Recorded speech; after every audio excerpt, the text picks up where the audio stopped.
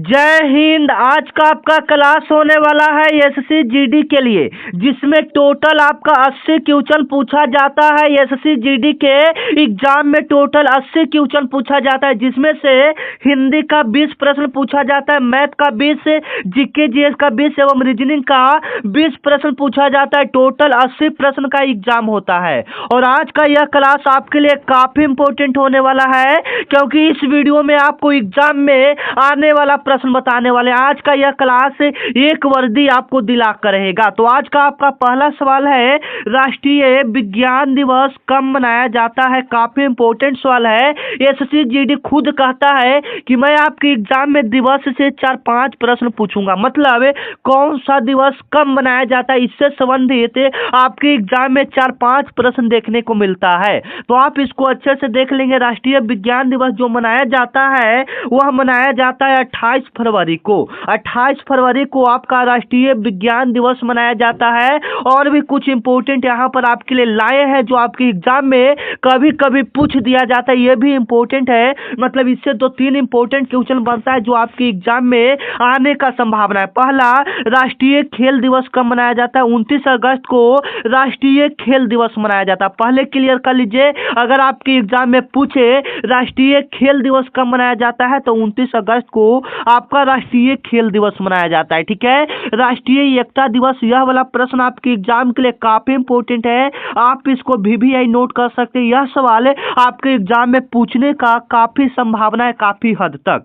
तो आप इसको अच्छे से देख लेंगे। राष्ट्रीय एकता दिवस 31 अक्टूबर को राष्ट्रीय एकता दिवस मनाया जाता है। ठीक है। और एक ये वाला सवाल है जो आपके एग्जाम में कई बार पूछा जा चुका है, अंतर्राष्ट्रीय महिला दिवस कब मनाया जाता है? तो याद रखिएगा 8 मार्च को आपका अंतर्राष्ट्रीय महिला दिवस मनाया जाता है। यह सवाल आपके एसएससी जीडी के एग्जाम में आ सकता है। तो फिर से हम लोग एक बार क्लियर कर लेते हैं, कोई डाउट नहीं होना चाहिए। पहले क्लियर कर दे, आपकी एसएससी जीडी खुद कहता है कि मैं दिवस से आपके एग्जाम में 4-5 प्रश्न पूछूंगा। मतलब कौन सा दिवस कब मनाया जाता है। एग्जाम्पल के लिए राष्ट्रीय विज्ञान दिवस कब मनाया जाता है, ये वाला भी सवाल आपके एग्जाम में कई बार पूछा जा चुका है। तो याद रखिएगा 28 फरवरी को। और क्यों मनाया जाता है तो सीवी रमन, एक भौतिक वैज्ञानिक हुए सीवी रमन, उनके याद में यह राष्ट्रीय विज्ञान दिवस मनाया जाता है। उन्होंने प्रभाव का खोज किया था, इसीलिए सीवी रमन के याद में राष्ट्रीय विज्ञान दिवस हर एक वर्ष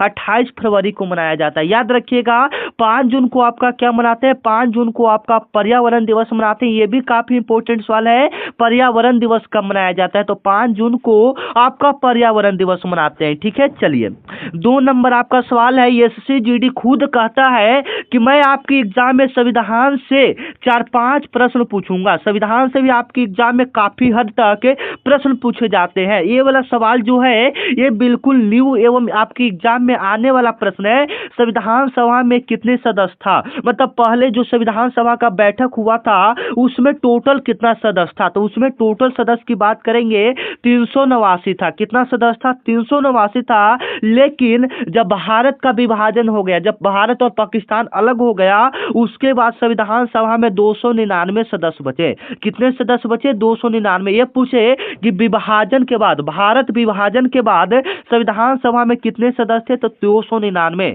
और ऐसे सिर्फ पूछ दे कि संविधान सभा में कितने सदस्य थे, तो 389 सदस्य थे। याद रखिएगा, जिसमें से 15 आपकी महिला थी। 15 आपका क्या थी? महिला थी।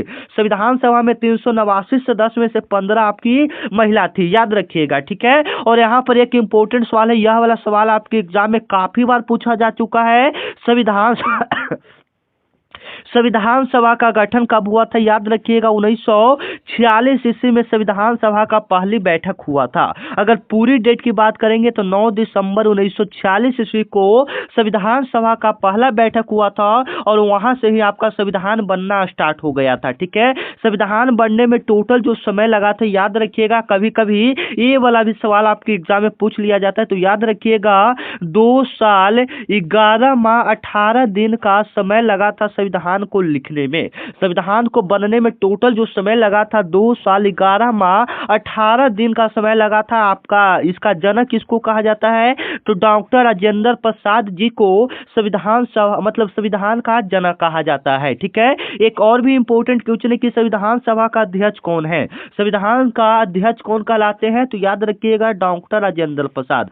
डॉक्टर राजेंद्र प्रसाद आपके संविधान सभा के अस्थायी अध्यक्ष थे, डॉक्टर राजेंद्र प्रसाद। याद रखिएगा ये क्वेश्चन आपके एग्जाम के लिए काफी इंपॉर्टेंट है। ठीक है, चलिए ये वाला सवाल आपके एग्जाम के लिए काफी इंपॉर्टेंट है क्योंकि यह एसएससी जीडी से ही संबंधित है, तो इस प्रश्न को आप लोग देख लीजिएगा। ठीक है, जो वीटो शक्ति होता है उसका प्रयोग भारत में कौन कर सकता है? ठीक है, जो वीटो शक्ति होता है उसका उपयोग आपका भारत में कौन कर सकता है? तो ये आपका राष्ट्रपति प्रेसिडेंट जी कर सकते हैं। ठीक है, वीटो शक्ति क्या होता है कि जो भी विधायक ये सब होता है जो अपना बात मनवाना रहता है, तो ये मतलब वही वीटो शक्ति का प्रयोग कर सकता है उसका बात मतलब सहमति नहीं देने के लिए। ठीक है, मतलब कैसे वहां पर मीटिंग होता है तो विधायक ये सब आता है, तो वहां पर आपका राष्ट्रपति जी आपका वही सहमति वीटो शक्ति का प्रयोग करेंगे कि नहीं ये सहमति तुमको नहीं दिया जाएगा। ठीक है, तो वही वीटो शक्ति का प्रयोग राष्ट्रपति जी कर सकते हैं, प्रेसिडेंट जी कर सकते हैं। ठीक है, ये भी सवाल आपके एग्जाम में पूछा जा सकता है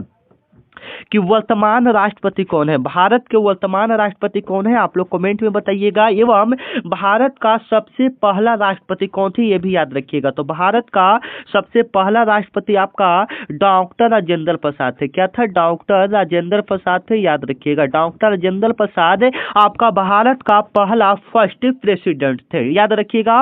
और महिला में भी कभी कभी पूछ देता है कि भारत की पहली महिला वोमेन प्रेसिडेंट कौन थी? भारत की पहली महिला राष्ट्रपति कौन थी? तो याद रखिएगा प्रतिभा पाटिल थी। कौन थी? प्रतिभा पाटिल।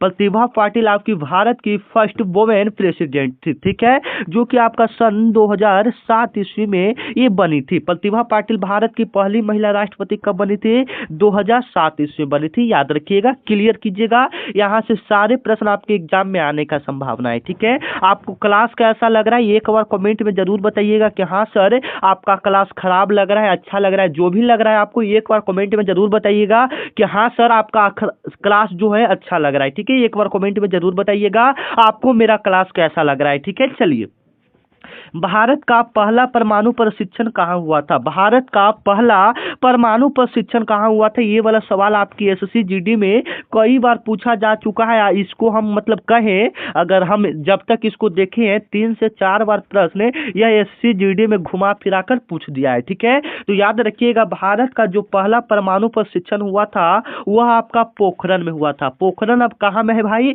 तो पोखरण आपका राजस्थान में। पोखरण आपका कहाँ में हो जाएगा?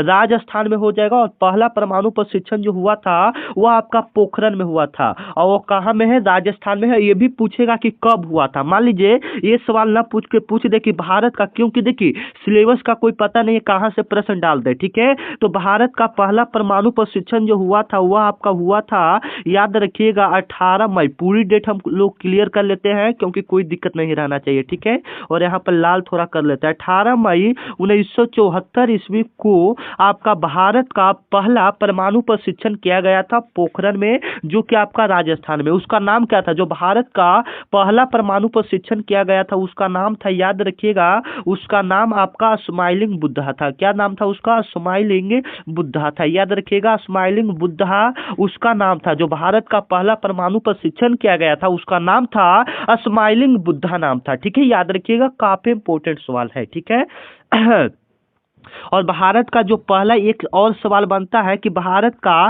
पहला उपग्रह कौन सा था? भारत का फर्स्ट सैटेलाइट कौन सा था? तो याद रखिएगा वो आपका आर्यभट्ट हो जाएगा। भारत का पहला सैटेलाइट कौन सा हो जाएगा?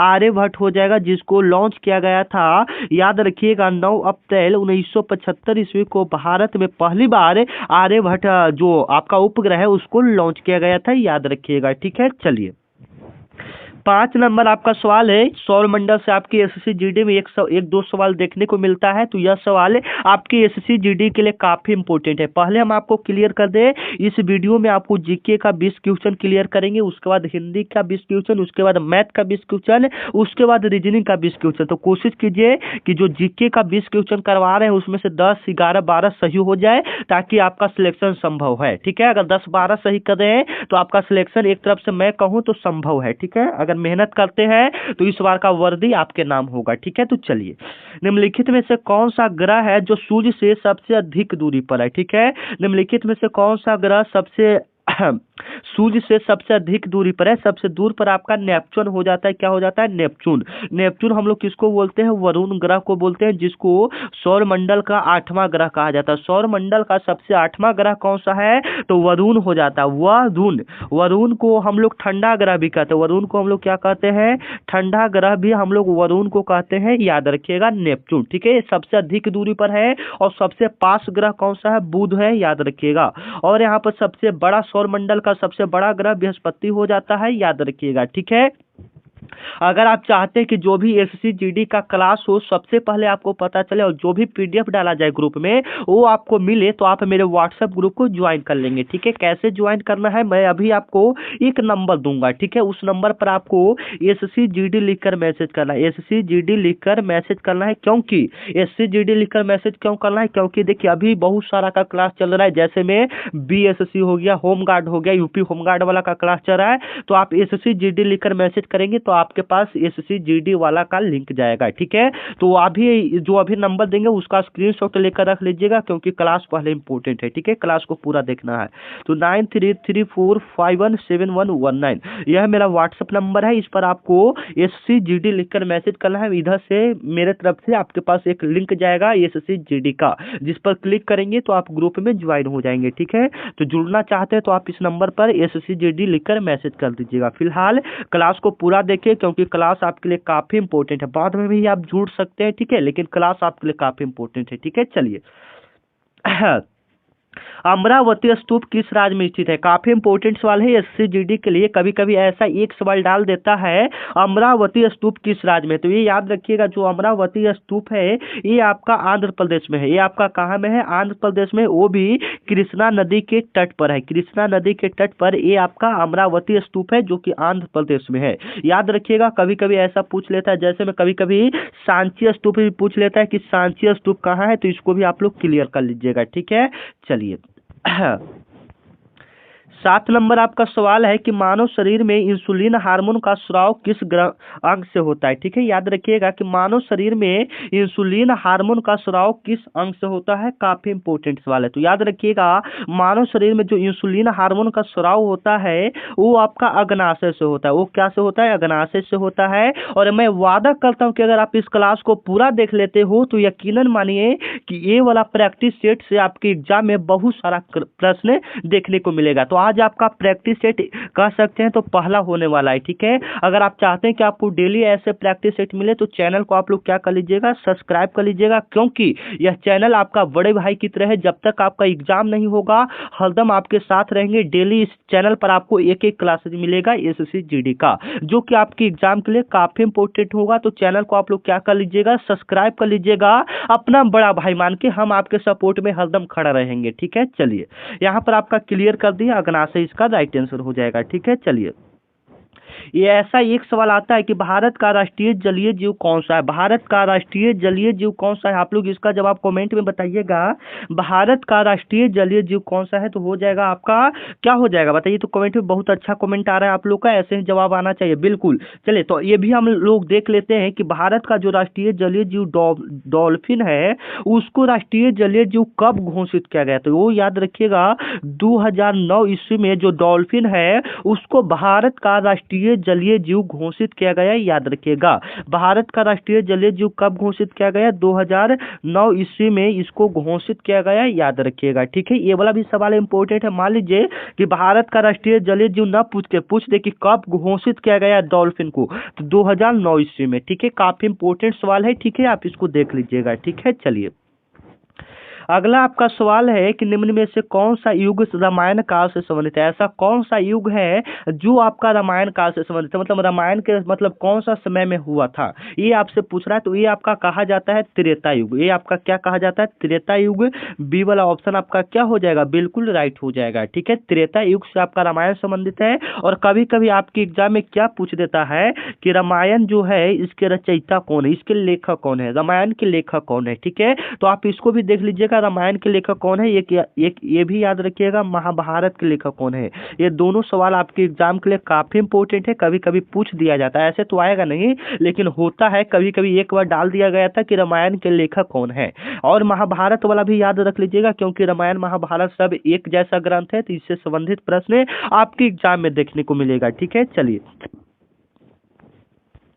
अगला आपका सवाल है कि नीति आयोग, जो नीति आयोग है उसका गठन किस वर्ष किया गया था। जो नीति आयोग है उसका गठन किस वर्ष किया गया था, तो काफी बच्चे का राइट आंसर आ रहा है बिल्कुल अच्छे से। तो देखिए सबसे पहले जो आपका नीति आयोग है उसका पहले का जो नाम था, उसका जो पहले का आपका नाम था, उसका पहले का नाम योजना आयोग था। पहले इसका नाम था योजना आयोग, फिलहाल इसका नाम चेंज करके नीति आयोग कर दिया गया था। ठीक है, ये बात याद रखिएगा। तो नीति आयोग कब किया गया था, ये पूछा कि योजना आयोग का पहले जो नाम था उसका नीति आयोग का नाम किस वर्ष किया गया या गठन उसका किस वर्ष हुआ, दोनों बात सेम ही है। तो याद रखिएगा 2015 ईस्वी में नीति आयोग का गठन या योजना आयोग का नाम बदलकर नीति आयोग कब कर दिया गया था, 2015 ईस्वी में। ठीक है, और यहाँ पर एक और सवाल बनता है कि नीति आयोग का अध्यक्ष कौन होता है। ठीक है, ये काफी इंपॉर्टेंट सवाल है, ठीक है, जो कि आपके एग्जाम में पूछा जाता है। तो नीति आयोग का अध्यक्ष आपका प्रधानमंत्री हो जाते हैं। क्या होते हैं, नीति आयोग का अध्यक्ष आपका प्रधानमंत्री, हमारे प्राइम मिनिस्टर जी होते हैं। ठीक है, याद रखिएगा। चलिए 11 नंबर आपका सवाल है जो कि आपके एग्जाम में पूछा जाता है। ये आरबीआई बैंक से संबंधित प्रश्न है जो कि आपके एग्जाम में पूछा जा सकता है, तो आप इसको अच्छे से देख लेंगे। भारतीय रिजर्व बैंक जो आपका आरबीआई है उसका राष्ट्रीयकरण कब हुआ था, तो याद रखिएगा इससे संबंधित आपके एग्जाम में 2-3 प्रश्न पूछ सकता है। ठीक है, अगर इससे सवाल पूछे तो ये 2-3 सवाल इंपॉर्टेंट है जो कि एक सवाल यहाँ से आ सकता है। ठीक है, पहला कि भारतीय रिजर्व बैंक, तो इसको शॉर्ट रूप में पूछता है कि आरबीआई का पूरा नाम क्या होता है।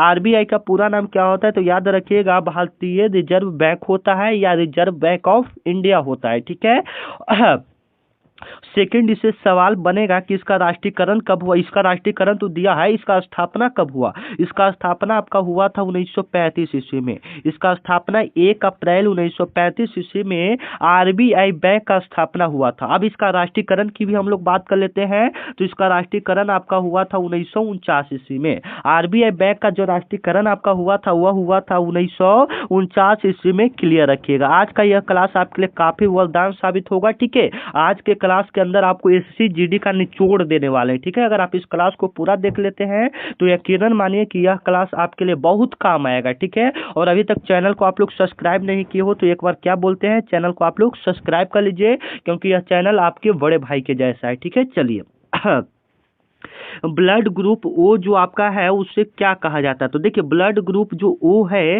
ये आपका ओ है, इसको हम लोग सर्वदाता रक्त समूह कहते हैं। क्या कहते हैं, सर्वदाता रक्त समूह कहते हैं। ब्लड ग्रुप ओ को हम लोग सर्वदाता रक्त समूह कहते हैं। ठीक है ना, सर्वदाता मतलब इस सभी को अपना खून दे सकता है। जिसका भी ब्लड ग्रुप ओ होता है वो व्यक्ति सभी मतलब कोई भी रहे उस सभी को खून दे सकता है। ठीक है, एक होता है ए बी, वह व्यक्ति किसी को खून नहीं दे सकता है। जिसका ब्लड ग्रुप ए बी होता है वह व्यक्ति किसी को खून नहीं दे सकता है। जिसका ब्लड ग्रुप ओ है वो सभी व्यक्ति मतलब वो सभी को खून दे सकता है। मतलब सर्वदाता रक्त समूह, इसको हम लोग क्या कह सकते हैं, तो यूनिवर्सल डोनर कह सकते हैं। यूनिवर्सल मतलब सभी को अपना वो खून को डोनेट कर सकता है। ठीक है, ये वाला ऑप्शन इसका क्या हो जाएगा, बिल्कुल राइट हो जाएगा। ठीक है, याद रखिएगा ये वाला सवाल इंपॉर्टेंट है और आपको पता भी होना चाहिए। कभी मान लीजिए कि खून का मतलब ऐसा हो ना कभी, लेकिन कभी कभार ऐसा होता है कि आपको खून देना पड़ जाए, तो पता अपना ब्लड ग्रुप पता होना चाहिए कि हाँ सर, हाँ मेरा ओ है, ए बी है।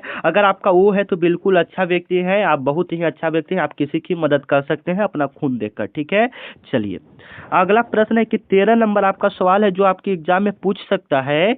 निम्नलिखित में से कौन सा राज्य जो है भारत में सबसे पहले सूर्योदय देखता है। ये काफी इंपॉर्टेंट सवाल है, या कहने का मतलब है कि भारत में सबसे पहले सूर्य कहाँ उगता है। ठीक है, तो ये सभी को पता है कि भारत में सबसे पहले जो सूर्य उगता है वो पूर्वी प्रदेश में उगता है। तो अब पूर्वी प्रदेश कौन सा है भाई, अरुणाचल प्रदेश आपका है। सबसे पूर्वी प्रदेश आपका कौन सा है, अरुणाचल प्रदेश में सबसे पहले सूर्य उगता है। याद रखिएगा, ये जो बी वाला ऑप्शन आप लोग देख रहे हैं ये वाला ऑप्शन आपका क्या हो जाएगा, बिल्कुल राइट हो जाएगा। ठीक है, इसी के साथ हम लास्ट को भी देख लेते हैं कि सबसे पहले भारत में सूर्य कहाँ डूबता है। तो ये आपका डूबता है गुजरात के कच्छ में। कहाँ डूबता है? गुजरात में कच्छ नाम का एक जगह है, वहाँ सबसे आखिरी बार सूर्य डूबता है। सबसे पश्चिमी प्रदेश जो है आपका वो गुजरात का कच्छ है, ठीक है, याद रखिएगा। चलिए, और कभी कभी ये वाला भी सवाल याद रखिएगा कि जैसे में कि किस देश को सूर्योदय का देश कहा जाता है, मतलब सबसे पहले सूर्य किस देश में उगता है। ये तो भारत का बात हो गया ना कि भारत में सबसे पहले सूर्योदय किस राज्य में, तो अरुणाचल प्रदेश। पूरा विश्व में पूछ दे कि विश्व में सबसे पहले सूर्य किस देश में उगता है, तो वो आपका उगता है जापान में। वो आपका कहाँ उगता है? जापान में, याद रखिएगा। ये वाला भी सवाल आपके एसएससी जीडी के लिए काफी इंपॉर्टेंट है, ठीक है। चलिए, 14 नंबर आपका सवाल है जो कि आपके एग्जाम में पूछा जा सकता है कि भारत छोड़ो आंदोलन किस वर्ष शुरू हुआ था। भारत छोड़ो आंदोलन आपका किस वर्ष शुरू हुआ था? तो याद रखिएगा, पूरी डेट की हम लोग बात करें तो याद रखिएगा 9 अगस्त 1942 ईस्वी में आपका भारत छोड़ो आंदोलन शुरू हुआ था। 9 अगस्त 1942 ईस्वी को आपका भारत छोड़ो आंदोलन शुरू हुआ था। किसने किया था ये भी याद रखिएगा, महात्मा गांधी जी ने आपका भारत छोड़ो आंदोलन को शुरू किया था। महात्मा गांधी जी ने आपका भारत छोड़ो आंदोलन का शुरू किया था, ठीक है। इसी में महात्मा गांधी जी ने एक फेमस नारा दिया था, वो याद रखिएगा, कभी कभी पूछ लेता है कि भारत छोड़ो आंदोलन में गांधी जी ने कौन सा नारा दिया था। तो याद रखिएगा, वह नारा आपका गांधी जी ने दिया था करो या मरो का। करो या मरो का नारा किसने दिया था? महात्मा गांधी जी ने। किस आंदोलन में दिया था? तो भारत छोड़ो आंदोलन में। कब दिया था? तो 9 अगस्त 1942 ईस्वी को। शुरुआत जब हुआ था उसी समय आपका भारत छोड़ो आंदोलन में यह नारा दिया गया था, करो या मरो का, ठीक है। चलिए, आपका अगला प्रश्न है कि कंप्यूटर में ALU का पूरा नाम क्या होता है। कंप्यूटर में ALU का पूरा नाम क्या होता है, मतलब पूर्ण रूप से आपके एसएससी जीडी में एक सवाल पूछा जाता है, ठीक है। तो यहाँ पर ALU पूछ दिया है, तो ALU कभी कभी CPU भी पूछ देता है, कभी कभी GST भी पूछ देता है। तो ये सबको आप क्लियर कर लीजिएगा, ठीक है। तो इसको हम लोग क्या बोलेंगे, ठीक है। तो इसका राइट आंसर जो आपका होगा वो होगा अरिथमेटिक लॉजिक यूनिट होता है। क्या होता है? अरिथमेटिक लॉजिक यूनिट होता है। बी ऑप्शन इसका क्या हो जाएगा? बिल्कुल राइट हो जाएगा। ALU का पूरा नाम होता है अरिथमेटिक लॉजिक यूनिट होता है। कभी कभी CPU का भी पूछ देता है, तो इसका भी देख लीजिए। CPU का पूरा नाम होता है सेंट्रल प्रोसेसिंग यूनिट होता है, ठीक है। और कभी कभी GST का भी पूछ देता है, तो इसका भी देख लीजिए, गुड एंड सर्विस टैक्स होता है, ठीक है। चलिए, मतलब कंप्यूटर से भी 1-2 प्रश्न आपकी एसएससी जीडी एग्जाम ले लेता है, ठीक है, पूछ लेता है, ठीक है। चलिए, 16 नंबर आपका सवाल है, निम्नलिखित में से कौन सा विटामिन जो है रक्त को थक्का बनने में सहायक होता है, ठीक है। काफी इंपॉर्टेंट है कि ऐसा कौन सा विटामिन है जो खून को जल्दी थक्का बना देता है। मतलब किसी का मान लीजिए कि ऐसा न हो, किसी का हाथ कट गया, पैर कट गया, तो वो जल्दी ही किसी का खून देखेंगे तो जल्दी जम जाएगा और किसी का जल्दी नहीं जमेगा। तो वही किस विटामिन के कारण, अगर उस विटामिन का कमी है तो आपका खून नहीं जमेगा, अगर ज्यादा है तो आपका खून जल्दी जम जाएगा। तो उस विटामिन का नाम है विटामिन के। विटामिन के ऐसा विटामिन है मतलब जो कि आपको खून जमने में मदद करता है। अगर ये आपके शरीर में कम मात्रा में है तो आपका खून नहीं जमेगा, अगर ज्यादा मात्रा में है तो आपका खून जल्दी थक्का बन जाएगा, ठीक है। तो ये बात याद रखिएगा, ठीक है। चलिए, वो आपका हो गया था जीएस से, ठीक है ना। जीएस से भी 1-2 प्रश्न डाल देता है, 1-2 क्या 4-5 प्रश्न रहता है, ठीक है। चलिए, भारत का सबसे बड़ा सार्वजनिक क्षेत्र का कौन सा बैंक है, मतलब सार्वजनिक क्षेत्र का बैंक कौन सा सबसे बड़ा भारत का, ठीक है। सार्वजनिक का मतलब वहां पर जो गांव देहात का लोग होता है, गरीब का भी, मतलब वहां पर सभी व्यक्ति मतलब पैसा निकाल सकता है, ऐसा कौन सा बैंक है, ठीक है। तो याद रखिएगा, ये आपका हो जाता है स्टेट बैंक ऑफ इंडिया, जिसको हम लोग शॉर्ट रूप में SBI बोलते हैं। क्या बोलते हैं? SBI। और काफी सारे बच्चे को SBI का खाता भी होगा, तो आप लोग एक बार कमेंट में लिख दीजिएगा कि कौन सा आपका खाता है, ठीक है, ताकि मुझे भी पता चले कि हाँ बच्चे सबसे ज्यादा किस बैंक के बच्चे किस बैंक में सबसे ज्यादा खाता खुलाते हैं, ठीक है। जैसे में किसी का होगा बैंक ऑफ बड़ौदा भी हो सकता है, किसी का पंजाब नेशनल भी हो सकता है, और मतलब मैं जिस प्रकार से सोच रहा हूँ ज्यादातर का SBI का होगा। तो एक बार कमेंट कर दीजिएगा ताकि पता चले कि हाँ किसका जनसंख्या ज्यादा है, ठीक है। चलिए, मैं अपना बताऊं, पर्सनली बताऊं, ऐसे तो बताने वाली बात नहीं है, फिर भी बता देता हूं, PNB का है, ठीक है ना। तो ये याद रख लीजिएगा, ये याद रखने की बात नहीं है। चलिए, 18 नंबर आपका सवाल है हीमोग्लोबिन में कौन सा तत्व पाया जाता है? काफी इंपॉर्टेंट सवाल है। हीमोग्लोबिन में कौन सा तत्व पाया जाता है? तो याद रखिएगा, हीमोग्लोबिन के कारण जो आपका खून का रंग क्या होता है? लाल होता है। खून जो होता है, ब्लड रेड होता है, वह आपका किसके कारण लाल होता है? तो ये आपका यही हीमोग्लोबिन के कारण ही होता है। और यह हीमोग्लोबिन में कौन सा तत्व पाया जाता है? तो वो आपका आयरन पाया जाता है। याद रखिएगा, बी ऑप्शन आपका क्या हो जाएगा?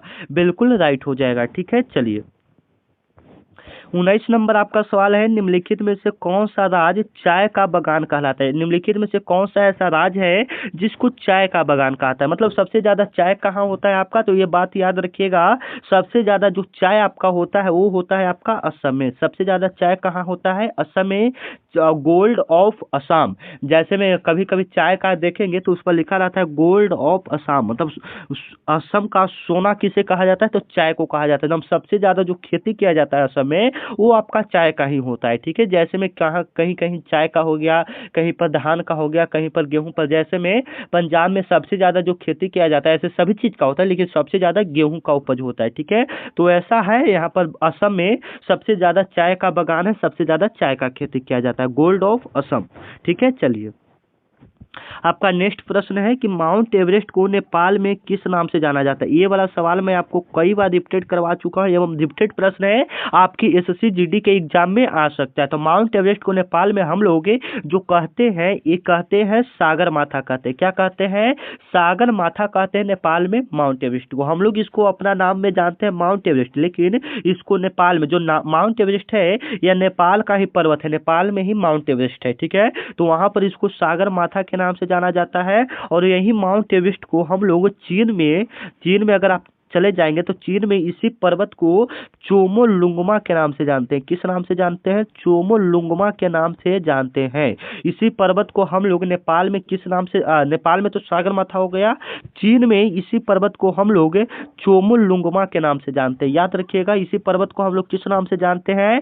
चोमोलुंगमा के नाम से जानते हैं। और भारत में स्थित भारत का सबसे बड़ा पर्वत शिखर कौन सा है? ये भी याद रखिएगा। भारत में पूछ दे कि भारत में स्थित पूछ दे, ठीक है, तो ये याद रखिएगा, भारत में स्थित आपका हो जाएगा कंचनजंगा। भारत में स्थित सबसे ऊंचा पर्वत शिखर है। और कभी कभी ये भी सवाल पूछ देता है कि ये जो आपका कंचनजंगा है ये कहाँ में है? तो कंचनजंगा आपका सिक्किम में है, ये इस बात को याद रखिएगा। कंचनजंगा आपका कहाँ में है? सिक्किम में है, याद रखिएगा। गार्डविन अस्टीन, ये भी आपका भारत का दूसरा सबसे बड़ा पर्वत शिखर आता है, जिसको हम लोग केटू के नाम से जानते हैं। कभी कभी पूछ देता है कि केटू किस पर्वत को कहा जाता है? तो गार्डविन अस्टीन को कहा जाता है। ठीक है, और सागरमाथा तो आपका हो ही गया, धौलागिरी आपका उत्तराखंड में है। ठीक है, याद रखिएगा। चलिए अच्छा, यहाँ पर जीके खत्म हो गया ना? हाँ, जीके का 20 क्वेश्चन यहाँ पर क्लियर हो चुका है। तो अब आप लोग कमेंट में ईमानदारी पूर्वक बताइएगा 20 में से कितना प्रश्न आप लोग जीके में सही किया। अगर 12 सही हुआ तो बिल्कुल अच्छा है, 10 भी सही हुआ तो और भी थोड़ा मेहनत कीजिए, आपका अच्छा रिजल्ट आएगा। ठीक है, एक बार एक ऐसा समय आएगा कि जब 20 में 20 आप सही करके आओगे। बस फर्क क्या है कि आपको मेहनत करना पड़ेगा। तो मेहनत कीजिए, डेली पढ़ाई कीजिए, बुक ये सब ले लीजिए। ठीक है, और मैं तो आपका बड़ा भाई हूँ ही आपका रिवीजन करवाने के लिए। ठीक है, मैं आपको डेली रिवीजन करवाऊंगा। अगर आप घर पर भी पढ़ाई करते हैं तो इस बार का वर्दी आपके नाम होगा। ठीक है, तो मैं वादा करता हूं कि अगर आप मेरा क्लास देखते हैं तो यकीनन मानिए कि आधा से ज्यादा प्रश्न मैं आपकी एग्जाम में लड़वा कर रहूंगा। ठीक है, तो चलिए अब इसके बाद हिंदी का हम लोग 20 क्वेश्चन को कर लेते हैं। हिंदी का कितना क्वेश्चन कर लेते हैं? 20 क्वेश्चन को कर लेते हैं। उसके बाद मैथ या रीजनिंग का 20 क्वेश्चन हम लोग देखेंगे। ठीक है, तो चलिए हिंदी का स्टार्ट करते हैं कि अभिउदू, ये 10th लेवल के बेसिक पर आता है। तो व्याकरण ज्यादा भारी नहीं रहता है, आपका हल्का ही लेवल का आता है, जैसे में भी आप यहाँ पर देख सकते हैं। ठीक है, अभिउदय शब्द का सही अर्थ क्या हो जाएगा? अभिउदय शब्द का सही अर्थ क्या हो जाएगा? काफी इंपॉर्टेंट है, ऐसे आपको याद रहना चाहिए। तो अभिदू शब्द का सही अर्थ हो जाएगा अभिउदय, मतलब वह बढ़ रहा है। बढ़ रहा है मतलब क्या कर रहा है? उन्नति कर रहा है। ये बी वाला ऑप्शन आपका क्या हो जाएगा? बिल्कुल राइट हो जाएगा। अभ्युदय शब्द का सही अर्थ जो होगा उन्नति हो जाएगा, मतलब वह चीज बढ़ रहा है, मतलब उन्नति कर रहा है। ठीक है, चलिए एक तो ऐसा सवाल आएगा। ठीक है, चलिए अब सेकंड नंबर सवाल देख लीजिए। तत्सम से आपका आता है तत्सम तद्भव। तो तत्सम शब्द क्या होता है? तो यहाँ पर क्लियर कर लीजिए, कोई दिक्कत नहीं आपको होना चाहिए। जो तत्सम आपका शब्द होता है, याद रखिएगा कि हिंदी के शुद्ध रूप को, हिंदी के शुद्ध रूप को हम लोग क्या कहते हैं? तत्सम कहते हैं। मतलब जो शुद्ध रूप रहेगा वो आपका तत्सम हो जाएगा। एग्जाम्पल में अगर समझाना चाहें तो जैसे में पुष्प, ये संस्कृत के हिंदी के शुद्ध रूप है पुष्प, तो ये आपका क्या हो जाएगा, तत्सम हो जाएगा। उसी प्रकार से यहाँ पर पूछ रहे हैं कि चारों ऑप्शन में से कौन सा आपका तत्सम है, तो तत्सम आपका देखिए आग, तो ये तद्भव हो जाएगा। आग आग क्या हो जाएगा, तद्भव। अगर इसको हम लोग तत्सम में कहें तो अग्नि होना चाहिए था, आग का क्या होना चाहिए था, अग्नि। अगर तत्सम में कहे तो दूध को भी दूसरा नाम होता होगा, ठीक है, हाथ का तभी आप लोग जान ही रहे हैं, ठीक है, लेकिन यहाँ पर तत्सम जो आपका होगा वो आपका क्या हो जाएगा, मुख। ऐसा मुख बोलते हैं संस्कृत भाषा में, ऐसे आपका मुंह होता है, ठीक है, तो ये आपका तत्सम रूप हो जाएगा। पहचाना सीख गए ना, इसी प्रकार से आप तत्सम को पकड़ सकते हैं। एक सवाल तो इससे आएगा, फिक्स कर लीजिए, ठीक है। चलिए आपका 3 नंबर सवाल है कि जो कभी न मरे। काफी इंपॉर्टेंट है कि जो कभी न मरे उसके लिए सही शब्द क्या है। काफी इंपॉर्टेंट है कि जो कभी न मरे उसके लिए एक सही शब्द में क्या है। देखिए सबसे पहले हम आपको क्लियर कर दें कि आपके एग्जाम में कहाँ कहाँ से सवाल बनता है, ठीक है। तो जो कभी न मरे उसके लिए सही शब्द क्या होगा, ये मुहावरा भी कह सकते हैं या अनेक शब्दों के लिए एक शब्द कह सकते हैं। यहाँ से एक प्रश्न आपके एग्जाम में पूछा जाता है, तो याद रखिएगा जो कभी न मरे उसके लिए एक सही शब्द क्या हो जाएगा, अमर। जो देखा ना जा सके उसको हम लोग क्या बोलेंगे, जो देखा ना जा सके उसको हम लोग बोलेंगे अदृश्य, बोलेंगे अदृश्य, ठीक है। जो देखा ना जा सके उसको हम लोग क्या बोलेंगे, अदृश्य बोलेंगे, याद रखिएगा, ठीक है। चलिए 4 नंबर आपका सवाल है जो कि आपके एग्जाम में पूछा जा सकता है, कपटी शब्द का विलोम क्या है। कपटी शब्द का आपका विलोम क्या है, याद रखिएगा। तो कपटी शब्द का आपका जो विलोम होगा वो आपका क्या होगा, कपटी मतलब क्या हो गया, चालाक हो गया, एक तरफ से कह सकते हैं छल कपट हो गया। तो उसका क्या होगा, उसका विलोम क्या होगा बताइए, तो उसका विलोम क्या होना चाहिए। तो जो कपटी है उसका नाम साधारण होगा यानी सरल होगा, सरल होना होगा, ठीक है। बी ऑप्शन आपका क्या हो जाएगा, बिल्कुल राइट हो जाएगा। और हिंदी में भी कोशिश कीजिए कि 20 में से आपका कितना प्रश्न सही हो जाए, 10-15 सही हो जाए, ठीक है, क्योंकि ये तो और भी सिंपल लेवल का है, ठीक है। चलिए 5 नंबर आपका प्रश्न है जो कि आपके लिए काफी इंपॉर्टेंट है, दिन में तारे दिखाना। दिन में तारे दिखाना मुहावरे का सही अर्थ क्या है। अभी हम आपको ऊपर क्लियर किए थे कि मुहावरा से एक प्रश्न आपके एग्जाम में पूछा जाएगा। तो दिन में तारे दिखाने मुहावरे का सही अर्थ क्या हो जाएगा, दिन में तारा दिखाना है मतलब, दिन में तारा दिखाना है मतलब क्या हो गया, दिन में तारे दिखना मतलब बहुत कष्ट होना, मतलब दिन में तारा दिख रहा है मतलब वो व्यक्ति बहुत कष्ट में है। सी ऑप्शन आपका क्या हो जाएगा, बिल्कुल राइट हो जाएगा। C option is right answer, ठीक है, याद रखिएगा। चलिए आपका 6 नंबर प्रश्न है जो कि आपके एग्जाम में पूछ सकता है, जो कि आपके लिए काफी इंपॉर्टेंट है, आप इसको अच्छे से देख लेंगे। निम्न में से कौन सा शब्द स्त्रीलिंग है। ये 4 ऑप्शन आपका दिया रहेगा इस प्रकार से, ठीक है, और इसमें से आपको बताना है कि कौन सा शब्द स्त्रीलिंग है। तो आपको देखकर ही पता चल रहा है, राजा कभी हो सकता है नहीं ना, सेवक कभी नहीं होगा, पुत्र कभी नहीं होगा, ये रानी जो आपका है, रानी, ये आपका कौन सा शब्द हो जाएगा, स्त्रीलिंग शब्द हो जाएगा। आप लोग भी कमेंट में जवाब दीजिएगा जो सवाल का जवाब है आपको पता है, ठीक है। चलिए 7 नंबर आपका सवाल है कि नीर शब्द, जो आपका नीर शब्द है, नीर शब्द का पर्यायवाची क्या है। नीर शब्द मतलब पर्यायवाची का शब्द का मतलब क्या होता है, समझिए। यहाँ पर पर्यायवाची शब्द का मतलब होता है कि उस शब्द को अर्थ, जैसे में पर्यायवाची का मतलब सीधा हम लोग अगर समझाना चाहें तो उस शब्द को और हम लोग क्या बोल सकते हैं, जैसे में नीर को हम लोग और क्या बोल सकते हैं बताइए, नीर को और हम लोग क्या बोल सकते हैं, तो बिल्कुल राइट आंसर जल भी बोल सकते हैं। क्या बोल सकते हैं, जल भी बोल सकते हैं। नीर को हम लोग और क्या बोल सकते हैं, जल भी। जैसे में अगर समझाना चाहें, अगर आपको नहीं समझ में आ रहा है तो समझाना चाहें तो आग को हम लोग और क्या बोल सकते हैं, अग्नि बोल सकते हैं। तो आग का पर्यायवाची क्या हो सकता है, अग्नि हो सकता है। इसी प्रकार से नीर का यहाँ पर पूछ रहा है तो नीर का क्या हो जाएगा, जल हो जाएगा। उसी प्रकार से अगर हम वायु का करें तो वायु का क्या होना चाहिए, हवा का होना चाहिए। वायु, हवा, ये सब इसका पर्यायवाची हो जाएगा। आकाश का आसमान कह सकते हैं, ये सब, ठीक है, ऐसा आपका पर्यायवाची होता है, ठीक है। चलिए 8 नंबर आपका सवाल है कि अधगर गगरी छलकत जाए। काफी इंपॉर्टेंट है, अधगर गगरी छलकत जाए, अधगर गगरी छलकत जाए, इस लोकोक्ति का अर्थ क्या है। ये काफी इंपॉर्टेंट सवाल है। ये वाला सवाल जो है आपके एसएससी जीडी में 2-3 बार पूछा जा चुका है, तो इसको आप लोग वीवीआई नोट कर लेंगे। इसको आप लोग क्या कर लीजिएगा, वीवीआई नोट कर लीजिएगा, ठीक है।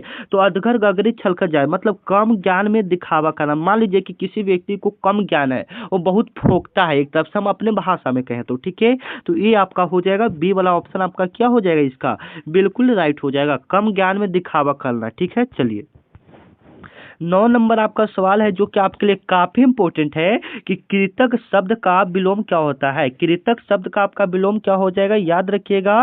कृतक शब्द का जो आपका विलोम होगा वो आपका हो जाएगा कृतधन। क्या हो जाएगा, कृतधन हो जाएगा। सी ऑप्शन आपका क्या हो जाएगा, बिल्कुल राइट हो जाएगा। कृतक शब्द का विलोम क्या हो जाएगा, कृतधन हो जाएगा। ठीक है, चलिए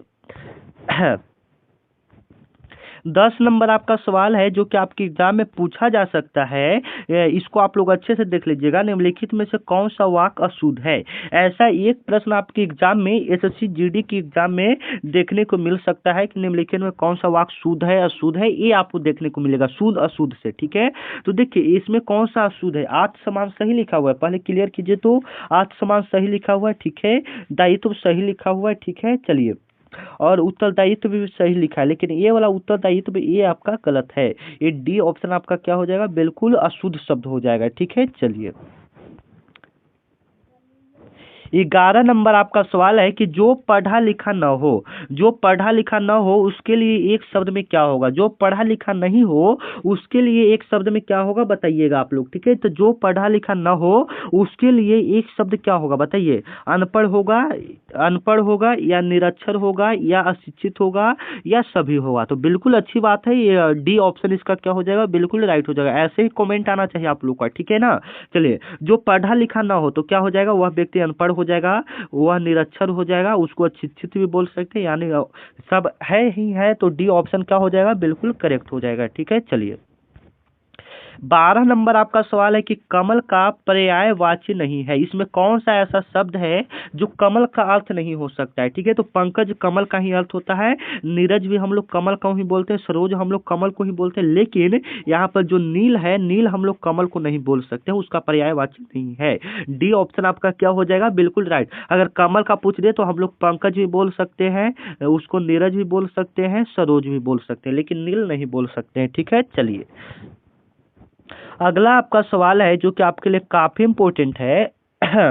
परिश्रम का फल मीठा होता है। परिश्रम का फल मीठा होता है, यह किस प्रकार का वाक्य है। यह किस प्रकार का वाक्य है, तो यह आपका विधानवाचक वाक्य हो जाएगा। कौन सा वाक्य हो जाएगा, विधानवाचक वाक्य हो जाएगा।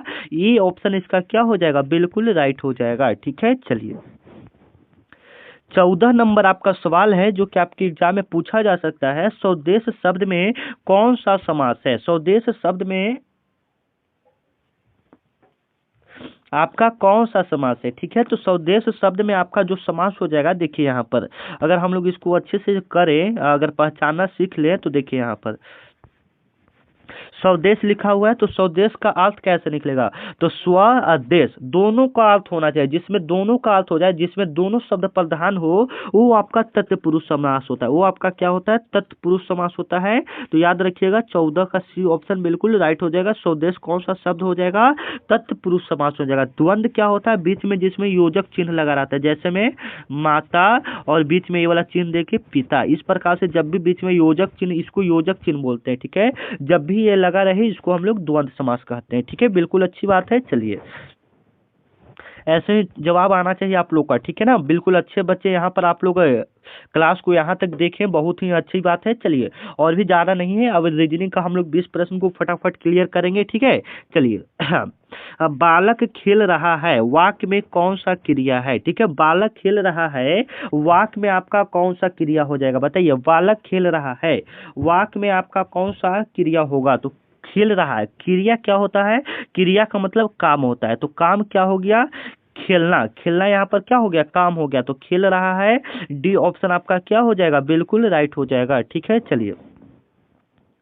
16 नंबर आपका सवाल है कि अत्यधिक वर्षा, अत्यधिक वर्षा में विशेषण शब्द कौन सा होगा। अत्यधिक वर्षा में आपका विशेषण शब्द कौन सा हो जाएगा, तो याद रखिएगा अत्यधिक हो जाएगा। क्या हो जाएगा, अत्यधिक हो जाएगा। ए ऑप्शन आपका क्या हो जाएगा, बिल्कुल राइट हो जाएगा। अत्यधिक वर्षा में विशेषण मतलब विशेषण का होता है कि जो संज्ञा का विशेषता बतलाए। जैसे में वर्षा हो रहा है अत्यधिक, इसका विशेषता बतलाए। जैसे में वह लड़का गोरा है, तो लड़का का वह विशेषता बतलाए, तो वह लड़का कैसा है, गोरा है। तो इस प्रकार से हम लोग उसका विशेषण पहचानते हैं। ठीक है, चलिए 17 नंबर आपका सवाल है कि जो क्षमा की योग हो उसके लिए सही शब्द क्या है। जो क्षमा की योग हो उसके लिए सही शब्द क्या होगा। तो जो क्षमा की योग हो उसे क्षमा कर देना चाहिए, यानी क्षम हो जाएगा। उसके लिए एक शब्द में क्या हो जाएगा, क्षम हो जाएगा। ए ऑप्शन इसका बिल्कुल राइट हो जाएगा। ए इज द राइट आंसर। ठीक है, चलिए 18 नंबर आपका सवाल है कि उदार शब्द का पर्यायवाची क्या होगा। उदार शब्द का पर्यायवाची क्या होगा। तो उदार मतलब क्या होगा। उदार को हम लोग क्या कृपण तो नहीं बोल सकते, संकीर्ण नहीं बोल सकते हैं, निर्दयी तो और भी खराब बहुत हो गया, उसको उल्टा हो जाएगा। ठीक है, उदार शब्द का पर्यायवाची मतलब हो गया दानी। दानी व्यक्ति को हम लोग उदार शब्द उदार भी बोल सकते हैं। सी ऑप्शन इसका क्या हो जाएगा, सी इज द राइट आंसर। ठीक है, चलिए आपका अगला प्रश्न है जो कि आपके एग्जाम में पूछ सकता है कि सूर्यास्त शब्द में कौन सा उपसर्ग है। आपकी एसएससी जीडी में उपसर्ग एवं प्रत्यय से एक प्रश्न पूछ सकता है, तो आप इसको अच्छे से देख लेंगे। ठीक है, सूर्यास्त शब्द में आपका कौन सा उपसर्ग हो जाएगा। उपसर्ग का मतलब शब्द के आगे लगने वाला शब्द। शब्द के आगे लगने वाला शब्द क्या होता है, उपसर्ग होता है। और शब्द के पीछे लगने वाला शब्द क्या होता है, वो आपका प्रत्यय होता है। ठीक है, ये क्लियर कीजिएगा। तो सूर्यास्त में अगर हम लोग उपसर्ग करें तो ऐसे में काफी बच्चे बोलेंगे कि सूर्य हो जाएगा, सु हो जाएगा। ऐसा नहीं है, सूर्यास्त का कोई भी उपसर्ग नहीं होगा। ठीक है, D option is the best right answer. ठीक है, ये आपका हो जाएगा। ठीक है, इसमें कोई भी उपसर्ग नहीं होगा। अगर आप ऑप्शन के हिसाब से करना चाहें तो सूर्य प्लस अस्त ऐसे बना सकते हैं, लेकिन कोई भी दिक्कत नहीं हो, ऐसे आप कर सकते हैं। लेकिन जो आपका सूर्यास्त में उपसर्ग होगा ही नहीं, क्या होगा ही नहीं, इसका कोई भी उपसर्ग नहीं होगा। अगर आप करते हैं जैसे में सूर्य, आप पीछे वाला का कोई अर्थ ही नहीं फिर निकलेगा। ठीक है, तो यहाँ पर उपसर्ग नहीं होगा। ठीक है, चलिए हिंदी का यहाँ पर लास्ट क्वेश्चन हो रहा है 20 नंबर। ठीक है, तो देख लीजिएगा इसको। निराश शब्द में कौन सा उपसर्ग है। ये आपका अभी पूछ दिया, उपसर्ग ऊपर भी पूछ रहा था, नीचे भी पूछ दिया कि निराश शब्द में कौन सा उपसर्ग है। तो हाँ, यहाँ पर देखिए नी प्लस में रास, नी प्लस में रास दोनों का यहाँ पर अर्थ है। नी मतलब तो दूसरा शब्द हो गया, और रास मतलब कोई चीज को करना या दिखाना। ठीक है, वो आपका रास हो गया। तो यहाँ पर नी इसका उपसर्ग हो जाएगा जो शब्द के आगे लगता है। ठीक है, अब हिंदी में आप लोग बताइएगा 20 में से कितना प्रश्न आप लोग सही किए। 20 में से आपका हिंदी में कितना प्रश्न सही हुआ एसएससी जीडी की इस क्लास में। ठीक है, कमेंट में फटाफट जवाब देंगे आप लोग। चलिए अब इसके बाद हम लोग क्या कर लेते हैं, एसएससी जीडी का क्लास कर लेते हैं। एसएससी जीडी में रीजनिंग का क्लास कर लेते हैं। ठीक है, तो देखिए एक मिनट, थोड़ा 1 सेकेंड का वेट कीजिएगा। ठीक है,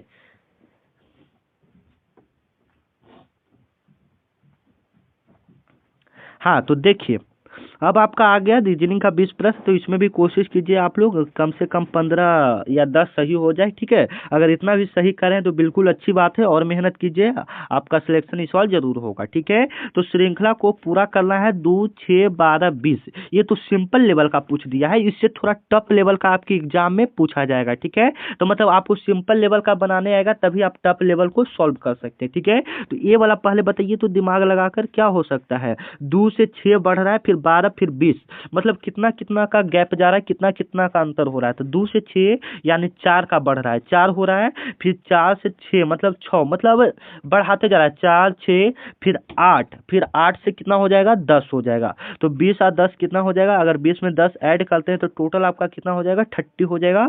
30 इज द राइट आंसर। इस क्वेश्चन का 30 राइट आंसर होगा। ठीक है, बी ऑप्शन इसका क्या हो जाएगा, बिल्कुल राइट हो जाएगा। ठीक है, चलिए तो एक इस लेवल का प्रश्न आएगा, पहले मैं आपको रीजनिंग में क्लियर कर दूं। ठीक है, तो आप इसको अच्छे से देख लीजिएगा। ठीक है, चलिए 2 नंबर आपका सवाल है कि अच्छा श्रेणी पूरा करें। अच्छा श्रेणी को पूरा करना है, वो तो शब्द मतलब वो नंबर वाला था, डिजिट वाला था, लेकिन यहाँ पर अक्षर वाला आ गया, अल्फाबेट का आ गया कि ए के बाद सी आ रहा है, ए के बाद क्या आ रहा है, सी आ रहा है। मतलब बीच में एक लेटर को मतलब बढ़ाकर, मतलब ए के बाद बी ना सी लिख दिया, उसके बाद एफ, मतलब डी ना लिखे, डी ई ना लिखे, मतलब पहले ए को हटाया, फिर 2 गो, फिर 3 गो, फिर 4 गो, फिर 5 गो। उसी प्रकार से आपके बाद ओ के बाद क्या आएगा, ओ के बाद अगर हम लोग सही से करें तो ओ के बाद अगर हम 5 लेटर आपको हटाना पड़ेगा। तो ओ के बाद 5 लेटर, यहाँ पर 1 हटाना, यहाँ पर 2, यहाँ पर 3, यहाँ पर 4, यहाँ पर हाँ 5 लेटर हटाना पड़ेगा। तो ओ के बाद अगर आप 5 लेटर हटाते हैं तो आपका क्या आ जाएगा, यू आ जाएगा। ठीक है, आप अच्छे से अपना कॉपी पर भी इसको सॉल्व करते जाएंगे ताकि थोड़ा सा दिमाग आपका खुले और अच्छा से समझे। ठीक है, आप इसको क्या बोलते हैं, कॉपी पर इसको सॉल्व करते जाइए। ठीक है, वीडियो को भी पॉज कर लीजिए और कॉपी कलम लेके आइए और इसको सॉल्व करते जाएंगे तो आपको काफी अच्छे से समझ में आएगा। ठीक है, अगर ऐसे देखते हैं तो आधा तो कोशिश हम कर रहे हैं आपको समझाने का, लेकिन आप अपने से थोड़ा कोशिश करेंगे तो ज़्यादा कोशिश है, मतलब ज़्यादा समझ आएगा प्रश्न। ठीक है, तो चलिए, मैं अपने लिए नहीं आप लोगों के लिए ही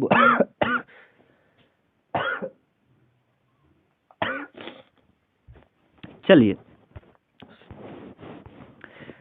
3 नंबर आपका सवाल है जो कि आपके लिए काफी इंपॉर्टेंट है कि यदि दिल्ली को FGNH लिखा जाता है, मुंबई को कैसे लिखा जाएगा। मतलब है यहाँ पर समझने वाली बात है, ठीक है, अच्छे से देख लीजिएगा।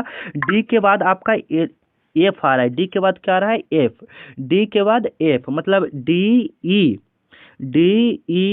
मतलब एक एक लेटर को हटाकर, फिर ई के बाद FG, मतलब एक एक लेटर को आपको हटाकर आगे बढ़ाया गया है। उसी प्रकार से हमको मुंबई को करना है, किसको करना है, मुंबई को करना है। तो एम के बाद एक लेटर हटाएंगे तो एम के बाद एन आता है, तो एन हट जाएगा, आपका आएगा ओ आएगा। हालांकि सब में ओ है, तो अभी और भी हमको करना पड़ेगा, यू है, तो यू के बाद क्या हटाएंगे, भी हटाएंगे ना, यू के बाद भी हटाएंगे तो डब्लू आएगा, ओ के बाद डब्लू। हालांकि ये 3 ऑप्शन में आपका डब्लू है, तो ये तीनों ऑप्शन में से कोई एक होगा। ठीक है, उसके बाद आगे बढ़ते हैं, फिर एम आ गया, तो एम के बाद एक लेटर हटाएंगे तो एन, एन के बाद क्या आएगा, ओ आएगा, ओ डब्लू ओ। हालांकि ये 2 ऑप्शन, तीनों ऑप्शन में भी अभी ओ है, आगे बढ़ते हैं। फिर उसके बाद बी, तो बी के बाद हटाएंगे तो सी हटेगा, तो डी आएगा। उसके बाद ए, तो बी को हटाएंगे तो सी आएगा। यहाँ तक कि हालांकि सी दोनों ऑप्शन में है, अभी आगे और करना पड़ेगा हमको। ठीक है, आगे चलते हैं।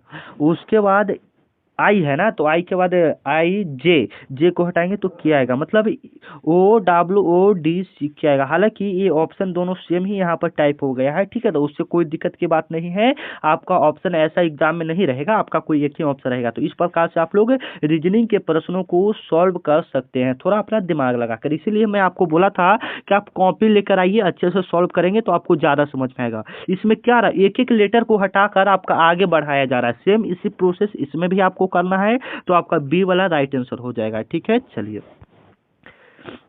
4 नंबर आपका सवाल है कि 15:30 है तो 20 अनुपात कितना होगा। मतलब 15 का अनुपात जो बनाया जा रहा है वो 30 से बनाया जा रहा है, तो 20 का अनुपात किससे बनाएगा, मतलब दुगुना से बनाया जा रहा है, तो 20 दूनी कितना हो जाएगा, 40। 40 इज द राइट आंसर। ठीक है, 40 क्या हो जाएगा, बिल्कुल सही जवाब हो जाएगा। ठीक है, चलिए एक ऐसा प्रश्न आता है कि विषम शब्द को चुने या अलग शब्द को चुने। एक ऐसा प्रश्न आपके एग्जाम में देखने को मिलता है। ठीक है, तो विषम शब्द को आपको चुनना है, तो यहाँ पर वर्ग देख लीजिए, वर्ग आयत त्रिभुज ये सब, तो ये सब में डंडा टाइप का होता है। यहाँ पर देख सकते हैं आयत भी आपका ऐसे हो जाएगा, त्रिभुज भी इसमें हो जाएगा, तो इसमें रेखा आपका होता है, इसमें आपका क्या होता है, रेखा कह सकते हैं या लाइन कह सकते हैं। लेकिन गोला में आपका लाइन नहीं होता है, गोला ऐसे इस प्रकार से होता है, तो इसमें एक अलग क्या हो जाएगा, आपका गोला हो जाएगा। तो आप इस प्रकार से इसको पकड़ सकते हैं। ठीक है ना, इस प्रकार से पकड़ना सीख जाएंगे तो बिल्कुल अच्छी बात है, आप SSC GD में रीजनिंग में बहुत अच्छा करके आओगे। ठीक है, चलिए 6 नंबर आपका सवाल है जो कि आपके एग्जाम के लिए काफी इंपॉर्टेंट है। यदि कोई कूट भाषा में CAT बराबर DBU है, यहाँ पर इसको कैसे समझेंगे, देखिए CAT बराबर DBU है, तो इसको कैसे हो रहा है, यहाँ पर C के बाद D, मतलब एक एक लेटर बढ़ा रहा है, C के बाद D, A के बाद B और T के बाद U आ रहा है, नहीं ना, T के बाद U नहीं आएगा, T के बाद भी ना, TB, वैसे आपका थोड़ा सा अच्छा से देख लेंगे हम लोग। ठीक है, तो उसी प्रकार से आपका डॉग का पूछा, उसी प्रकार से आपका क्या पूछ रहा है, डॉग का पूछा है, तो डॉग का हम लोग करेंगे तो हाँ बिल्कुल सही है। तो डी के बाद एक लेटर को बढ़ाएंगे तो ई आएगा, डी के बाद एक लेटर बढ़ाएंगे तो ई आएगा, ओ के बाद एक लेटर को बढ़ाएंगे तो पी आएगा, उसके बाद फिर जी के बाद एक लेटर को बढ़ाएंगे तो क्या आएगा, ई एच आएगा, मतलब EPH कौन सा है, ये वाला ना है, हाँ ये वाला ऑप्शन क्या हो जाएगा, बिल्कुल राइट हो जाएगा। रीजनिंग में ऐसा प्रश्न पूछा जाता है बाबू, आप इसको अच्छे से देख लेंगे। ठीक है, एवं अच्छे से समझने का कोशिश कीजिएगा। आज का यह क्लास आपके लिए काफी वरदान साबित होने वाला है। ठीक है, चलिए 7 नंबर आपका सवाल है कि यदि एक घड़ी 10 मिनट तेज चलता, मान लीजिए कि कोई घड़ी है तो वह 10 मिनट तेज चलता है, तो 1 घंटा में वह कितना आगे जाएगा। काफी इंपॉर्टेंट सवाल है, आपको बनाने भी आना चाहिए। तो एक घड़ी 10 मिनट तेज चलता है, 10 मिनट तक तेज चला है तो चाहे 1 घंटा हो चाहे 2 घंटा हो, जब भी वह टाइम देखेंगे तो 10 मिनट आगे ही रहेगा, यानी 10 मिनट ही आगे वो चलेगा कभी भी। मतलब 1 घंटा में चाहे 2 घंटा बाद समय देखिए तो वो 10 मिनट ही आगे रहेगा ना। ये नहीं कि 10 मिनट तेज है तो अब 20 मिनट तेज हो जाएगा, नहीं।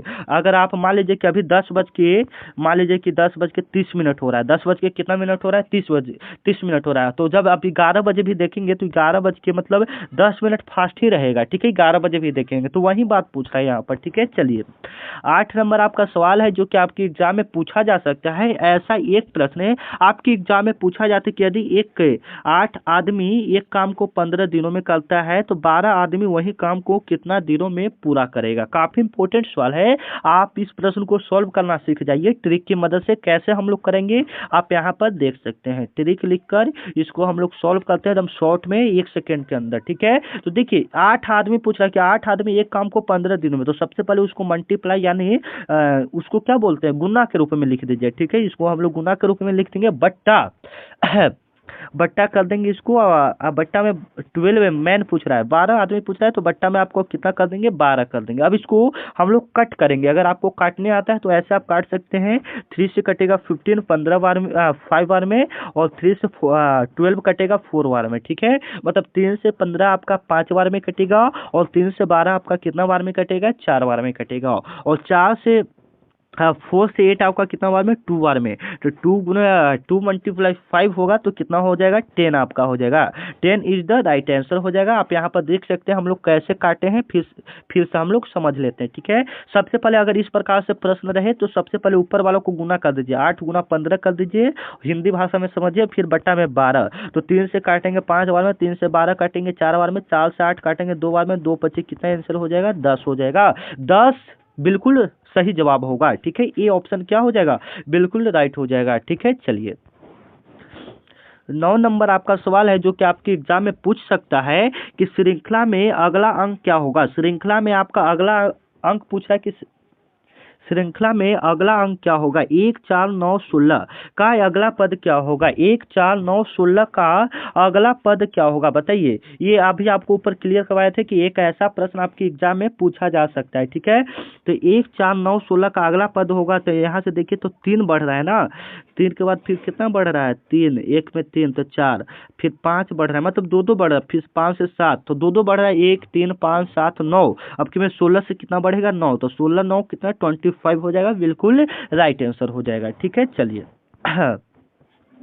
10 नंबर आपका सवाल है कि यदि साउथ को नॉर्थ कहा जाए, ये वाला सवाल जो है आप इसको अच्छे से बनाना सीख जाइएगा। एक प्रश्न ऐसा रीजनिंग में देखने को मिलता है, यदि साउथ को नॉर्थ कहा जाए, यदि साउथ को क्या कहा जाए, नॉर्थ कहा जाए, और ईस्ट को क्या कहा जाए, वेस्ट कहा जाए, मतलब उसका उल्टा उल्टा कहा जाए, और लेफ्ट को राइट कहा जाए, लेफ्ट को क्या कहा जाए, राइट कहा जाए, तो सूर्य कहाँ उगता है। तो इस सबसे पहले हम लोग देखिए समझते हैं बिल्कुल अच्छे से ये कैसे प्रश्न सॉल्व होगा, ठीक है। तो देखिए सबसे पहले यहाँ पर हम लोग इसको सॉल्व करना सीखते हैं, ठीक है। तो देखिए सबसे पहले यहाँ पर साउथ को तो नॉर्थ कहा जा रहा है, और ईस्ट को वेस्ट कहा जा रहा है, और लेफ्ट को क्या कहा जा रहा है, राइट कहा जा रहा है। तो सूर्य कहाँ उगता है, तो वास्तविक रूप से आपका सूर्य जो उगता है वो आपका पूरब में उगता है। पूरब को इंग्लिश में क्या कहा जाता है, ईस्ट कहा जाता है। क्या कहा जाता है, ईस्ट कहा जाता है। और ईस्ट को हम लोग क्या कर रहे हैं, मतलब वास्तविक रूप से सूर्य आपका कहाँ उगता है, वह ईस्ट में उगता है, और ईस्ट को क्या कहा जा रहा है, वेस्ट कहा जा रहा है। तो west is the right answer हो जाएगा, ठीक है।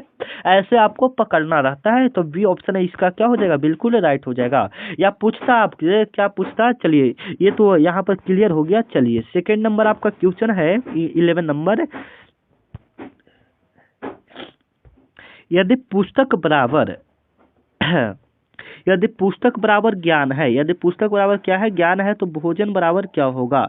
यदि पुस्तक से ज्ञान मिलता है तो भोजन से क्या मिलेगा, भोजन से आपको क्या मिलेगा, ऊर्जा मिलेगा। क्या मिलेगा, ऊर्जा मिलेगा। सी ऑप्शन इसका बिल्कुल राइट। थोड़ा सा अपना दिमाग यूज करना रहता है, ये तो सिंपल लेवल का है ना, थोड़ा टफ लेवल का रहेगा। जैसे में कभी कभी दे देता है कलम से लिखना, कलम बराबर लिखना दे दिया, कलम बराबर क्या दे दिया, लिखना, कलम बराबर लिखना दे दिया, और यहाँ पर फिर बोलेगा कि चाकू बराबर क्या होगा, चाकू बराबर क्या होगा। तो कलम से लिखते हैं तो चाकू से क्या करते हैं, काटते हैं, तो काटना हो जाता है। ऐसे आपको पकड़ना रहता है, ठीक है। चलिए 12 नंबर आपका सवाल है जो कि आपके लिए काफी इंपॉर्टेंट है, आप इसको अच्छे से देख लेंगे। निम्नलिखित में से कौन सा अलग है, निम्नलिखित में से कौन सा अलग है। 12 नंबर आपको सवाल का जवाब देना है, निम्नलिखित में से कौन सा अलग है। दूध अलग है या पानी अलग है या चाय अलग है। तो ये सब पानी मिलाकर बनाया जाता है, दूध पानी चाय।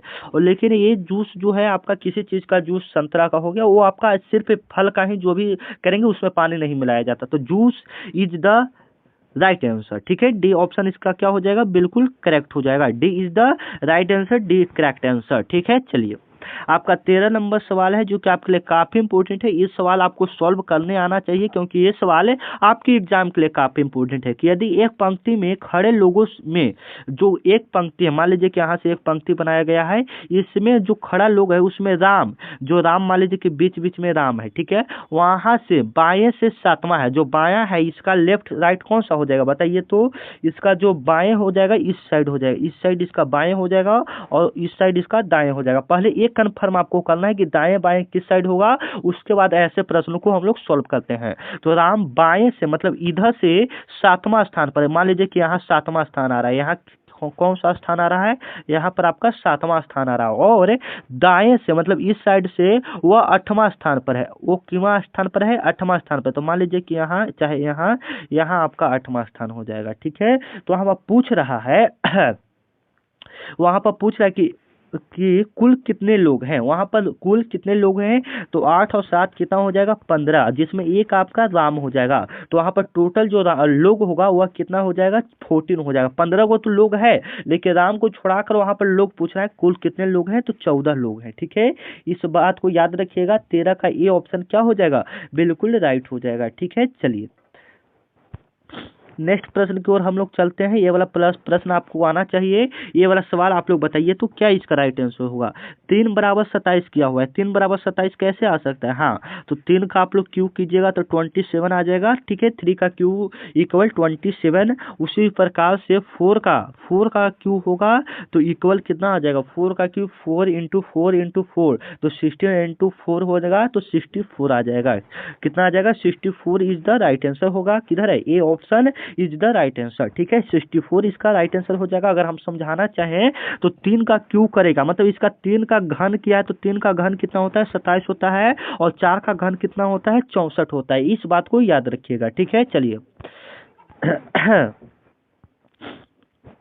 यदि ये सवाल काफी इंपॉर्टेंट है, आप इसको अच्छे से देख लेंगे। यदि प्लस का अर्थ गुना किया हुआ है, प्लस का अर्थ क्या हुआ है, गुना, जहां जहां प्लस है वहां पर गुना यूज करना है और जहां जहां माइनस है वहां पर प्लस यूज करना है, और जहां जहां गुना है उसका अर्थ भागा यूज करना है और जहां जहां भागा है उसका अर्थ माइनस है।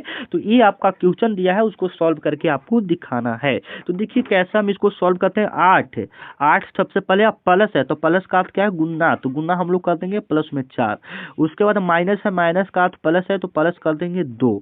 उसके बाद गुना आ गया तो गुना का अर्थ आपका भागा है तो भागा कर देंगे यहाँ 6। ठीक है, उसके बाद चलते हैं भागा में। आपका भागा का अर्थ क्या है, भागा का अर्थ आपका माइनस है तो -3 कर देंगे। इस प्रकार से आपका इसका सॉल्व होगा। ठीक है, अब इस प्रकार से हो गया तो इसको हम लोग सॉल्व करते हैं। तो 8 चौक 32, 32 यहाँ पर हो जाएगा, ऐड हो जाएगा यहाँ पर, इससे उल्टा भाग दिवाएगा तो 1/3 हो जाएगा। यहाँ पर क्या हो जाएगा, 1/3 हो जाएगा, क्योंकि 6 से 2 भाग दिवाएगा या 2/6 करेंगे तो 1/3 माइनस में 3।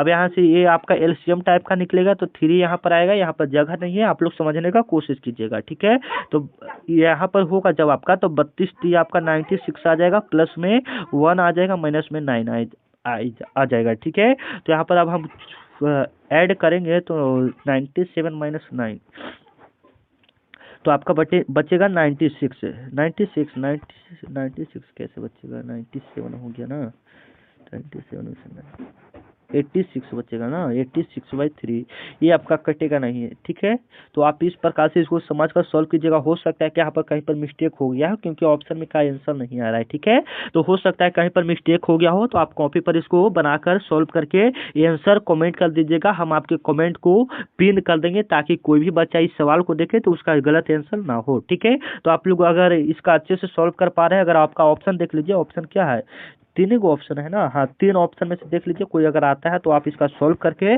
कमेंट में बता दीजिएगा, ठीक है। चलिए, हालांकि मैं भी आपको सॉल्व करके बता देता, लेकिन यहाँ पर ना स्पेस बच रहा है, ना जगह बच रहा है, ना थोड़ा सा दिमाग इधर उधर हो गया, ठीक है। चलिए, यदि एक आदमी उत्तर की ओर 10 मीटर चलता है, देखिए मान लीजिए कि यहाँ पर कोई आदमी है, मान लीजिए यहाँ पर ठीक है, यहाँ पर कोई आदमी है, ठीक है, वह 10 मीटर उत्तर चलता है, तो जब भी होगा नक्शा या हम लोग जब भी करते हैं तो उत्तर ऊपर की ओर होता है, तो एक आदमी 10 मीटर उत्तर की ओर चलता है, मतलब 10 मीटर वहां चल गया, फिर वहां से दाएं मुड़ रहा है, कहाँ मुड़ रहा है, दाएं, तो दाएं इसका इधर होगा, तो इधर मुड़ रहा है 5 मीटर।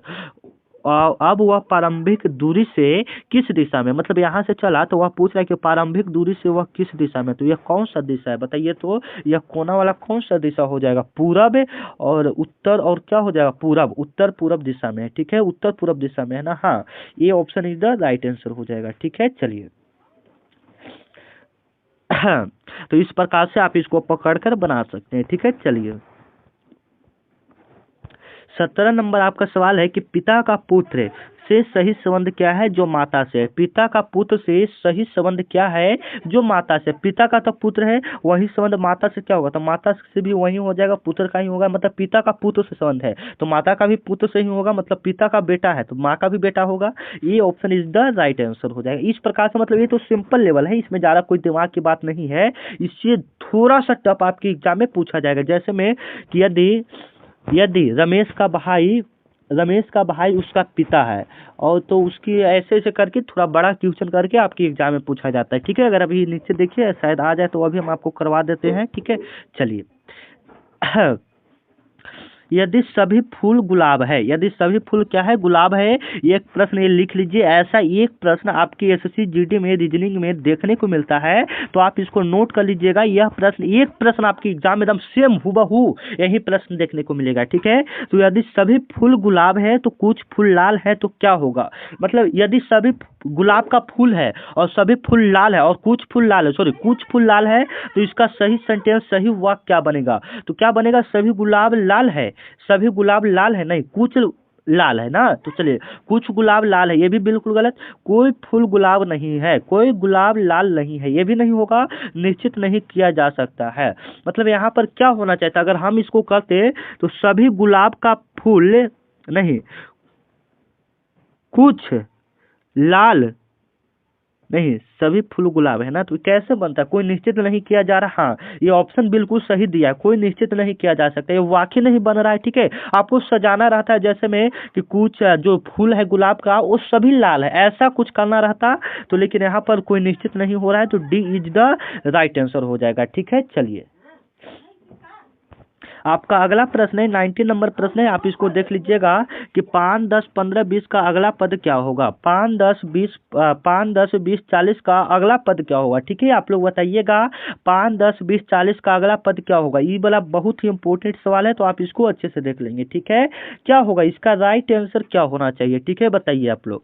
तो कितना बढ़ रहा है, 5 बढ़ रहा है, 10 बढ़ रहा है, 20 बढ़ रहा है, मतलब 5, 10, 20, 5, 10, 20 बढ़ रहा है, मतलब 5 बढ़ा ना, 5 से 10, 10 से 20, मतलब 5, 10, 20, तो आपके पास 40 बढ़ना चाहिए ना, तो 40 से 40 बढ़ेगा तो कितना हो जाएगा, 80 हो जाएगा, C option is the right answer, ठीक है। चलिए, आज का लास्ट क्वेश्चन है कि एक वर्ग में कितना भुजा होता है, आप लोग इसका कमेंट में जवाब दीजिएगा, ये बिल्कुल सिंपल तरीका से आपका है सवाल, एक वर्ग में कितना भुजा होता है, कभी कभी ऐसा एक सवाल डाल देता है, इसमें कोई शक की बात नहीं है, ठीक है। आपको लग रहा होगा कि इतना इजी सवाल नहीं पूछा, लेकिन कभी कभी उसका पता ना क्या दिमाग हो जाता है कि कभी कभी कोई भी हल्का सा भी सवाल डाल देता है जिससे बच्चों को लगता है कि नहीं इजी सवाल पूछा जाता है, लेकिन टफ लेवल का भी सवाल आपके एग्जाम में पूछा जाता है, कभी कभी होता ना है कि बच्चों को मजा लेने के लिए एक हल्का सा सवाल डाल दिया जाता है, ठीक है। तो मिलते हैं नेक्स्ट वीडियो में, आप लोग इसका जवाब कमेंट कर दीजिएगा, एक वर्ग में कितना भुजा होता है, कितना भुजा होता है, आप लोग इसका कमेंट में जवाब दीजिएगा।